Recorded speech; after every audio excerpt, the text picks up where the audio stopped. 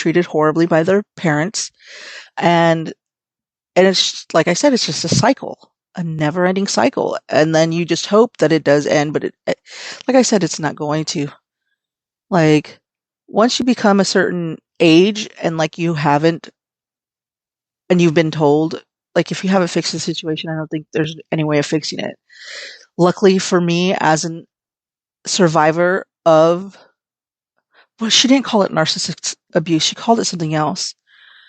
But as a survivor, I know that I am healing. I know that I'm getting better. I'm like educating myself better on these subjects. I am being aware of myself and making sure that I will be able to heal from anything that I need to.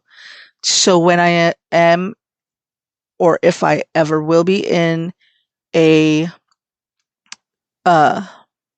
serious relationship, then I know what to see, because there are red flags, and I saw those red flags. They made a bouquet out of red flags for me, and I still stayed.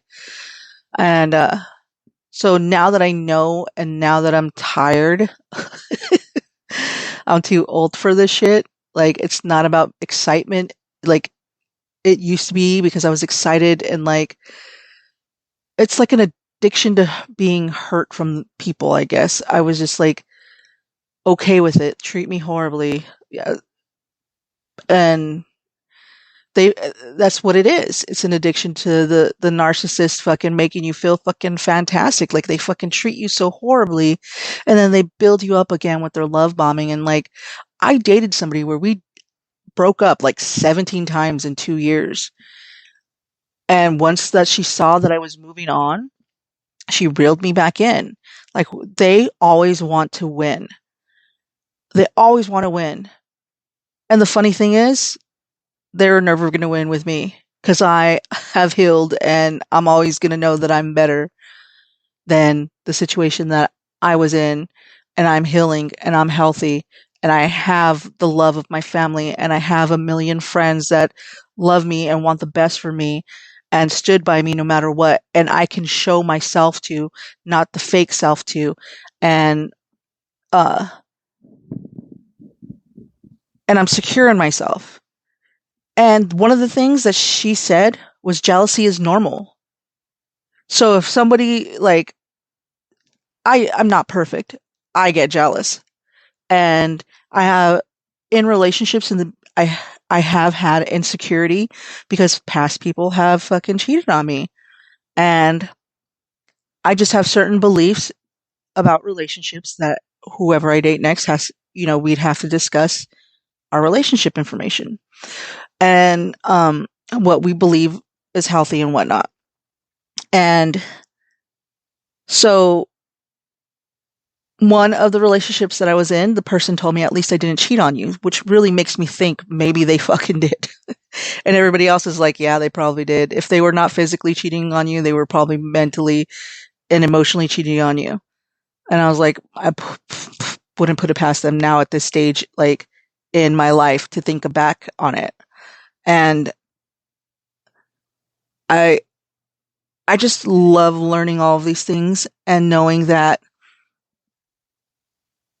I'm just feeling relieved that all my answers and everything that I believed and was like, holy shit. And then like thinking that maybe it was me, maybe it was all my fault.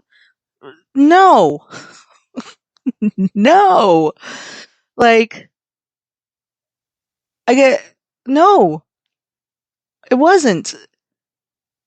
And thankfully I have my therapists,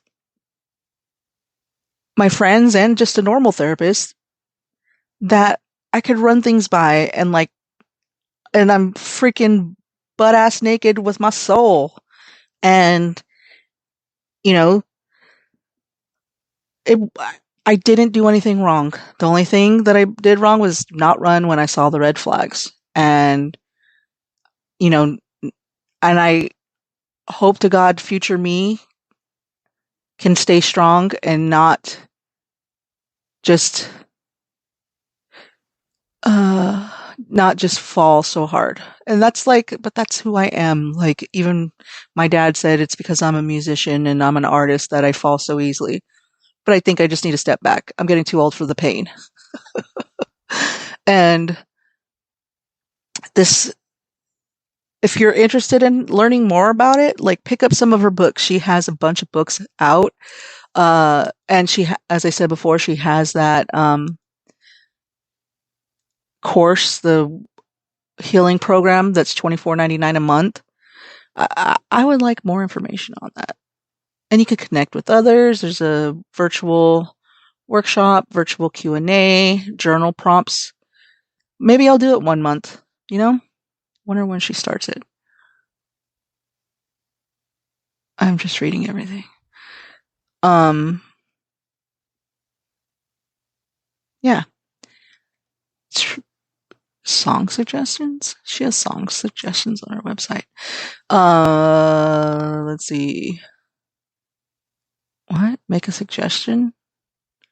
Or a movie? I don't know what any of that is, but she has books out. Should I Stay or Should I Go? Don't You Know Who I Am? You Are Why You Eat. Oh, I don't know. Apparently she has a shit ton of books out. Oh no, she doesn't. 3, 4. So yeah, she's amazing. She's amazing. And I am glad that I stumbled upon her today, and I've been spending time listening to her. And it looks like her books are on sale. And I did an episode a few months back where I was talking about I would post online a lot, and because I needed the attention and all that. And then she touched on that subject today. She said that so the relationships are always in trouble if you're posting online about it. And I was like, holy shit balls. And it's the truth. Like, I look back on my past relationships and I would post how much I love them. And because I was like doing those for the people that I was in relationships for, to be like, I love them, I had to make it known. And I should have, and that was like, that's a fucking, that was, that was me trying to prove my love to them. But then narcissists do it. See, and it wasn't me trying to get likes or anything like that. Like, it was just me professing my love because I'm a dumb love Pisces with a Cancer, uh,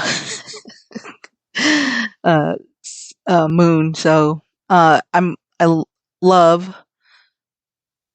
I hate that when people say, you love love. It's not that I love love. I love, period. So, but a narcissist does it for the likes. And I remember dating somebody one time that bought me concert ticket, not plural, ticket, because they did not want me to go. And if we broke up, me take somebody else, because they've bought me tickets before, concert tickets before, and gave it to me. And then we broke up. So I took somebody else, because I wasn't going to go alone. So this time 8 months later, they bought me a ticket. Was it 8 months? No, a year later, bought me tickets for a concert, but only bought one ticket because if we broke up, they didn't want me to go with somebody else. So 5 months later, they broke up with me and I had to go by myself, and I wasn't going to miss it. I was not going to miss this concert. I'm not going to even talk about who it was. But that's crazy. Because they did not want me to take somebody else to the concert if we broke up. They bought me only one ticket. And instead of being like, I bought us tickets to go to this concert, they were like, I bought you a ticket so you wouldn't take anybody else. Red flag, yes. Like, I was so stuck in that relationship, and it was 2 years of insanity and 2 years of anxiety, losing my fucking mind. And I'm thankful that I can talk about it where like I'm just like, I survived. And with every relationship that I was in that I was with a narcissist, I survived. And listening to Dr. Ramani, I survived. And because believe me, at some points in some of the relationships that I was in, um, I was not mentally there. I was ready just to fucking take myself out, and it was not healthy at all. It was stupid. Stupid. And I keep looking back at it, and I keep seeing me going back and going back and going back. And it was just them winning. That's what every person that I was with, it was about them winning me. Other people wanted me, but they had to have me. So they were so surprised that I picked them. And it's not what it was about. Like, I actually liked them. I loved them. And they fucking ruined my life for like a little bit there until I pulled myself up, and like it's all about surviving. So that's what she has taught me, and I would love to freaking learn from her. Ooh, she has upcoming events. I would just love to learn more from her. Oh, and she was talking about gaslighting. Dude, I dated somebody that um their kids would fucking try to gaslight me, and I'd be like, I did not say that. You're fucking gaslighting me. And then I would be like, this is what you said. And they'd be like, no, we didn't. And I was like, that's what you said. So why are you lying? Like, the kids were already on their way to that. And that's scary. Like, it's so scary. Cause like I said, you know, if you're a narcissist, you're probably going to have narcissistic children and close to, like, or a psychopath. And that's the one thing that always scared me the most is the whole psychopath part of it. And, you know, and I see, and like even some of my friends' relationships as well, like I see these things and I'm like, fuck. Like, uh, whether they be near or far friends or friends from the past, when I think about their kids and I'm like, holy shit. This child, I hope to God that they get the help that they need. Like, that's all that I ask for. It's like they get the kids the help. Like, if you don't want help, get the kids help. For fuck's sake, don't ruin your kids' lives. Everybody, take care of your children. Take care of your children. Not everybody is a perfect parent. My parents are not perfect, but believe me, they're not perfect. And they did the best that they could. And, you know, we learned. My parents are not narcissistic, thankfully, that we don't have that trauma. But we do have other traumas about the like ancestral with, but not really like thinking about it. I think they just wanted us to be more American than Mexican, it feels like. We're not going to go down that line, that way right now.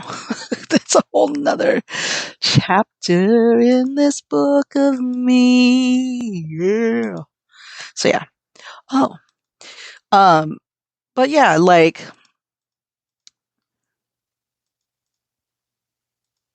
Jesus. Just to like look back, like if every like survivor of narcissist abuse can like look back and be like, holy balls, the way that I am today, then I'll just be happy. If you're listening to my podcast and you're looking back at your relationships and you're like, holy shit, like the things that fucking Dr. Ramani fucking is teaching is like mind blowing.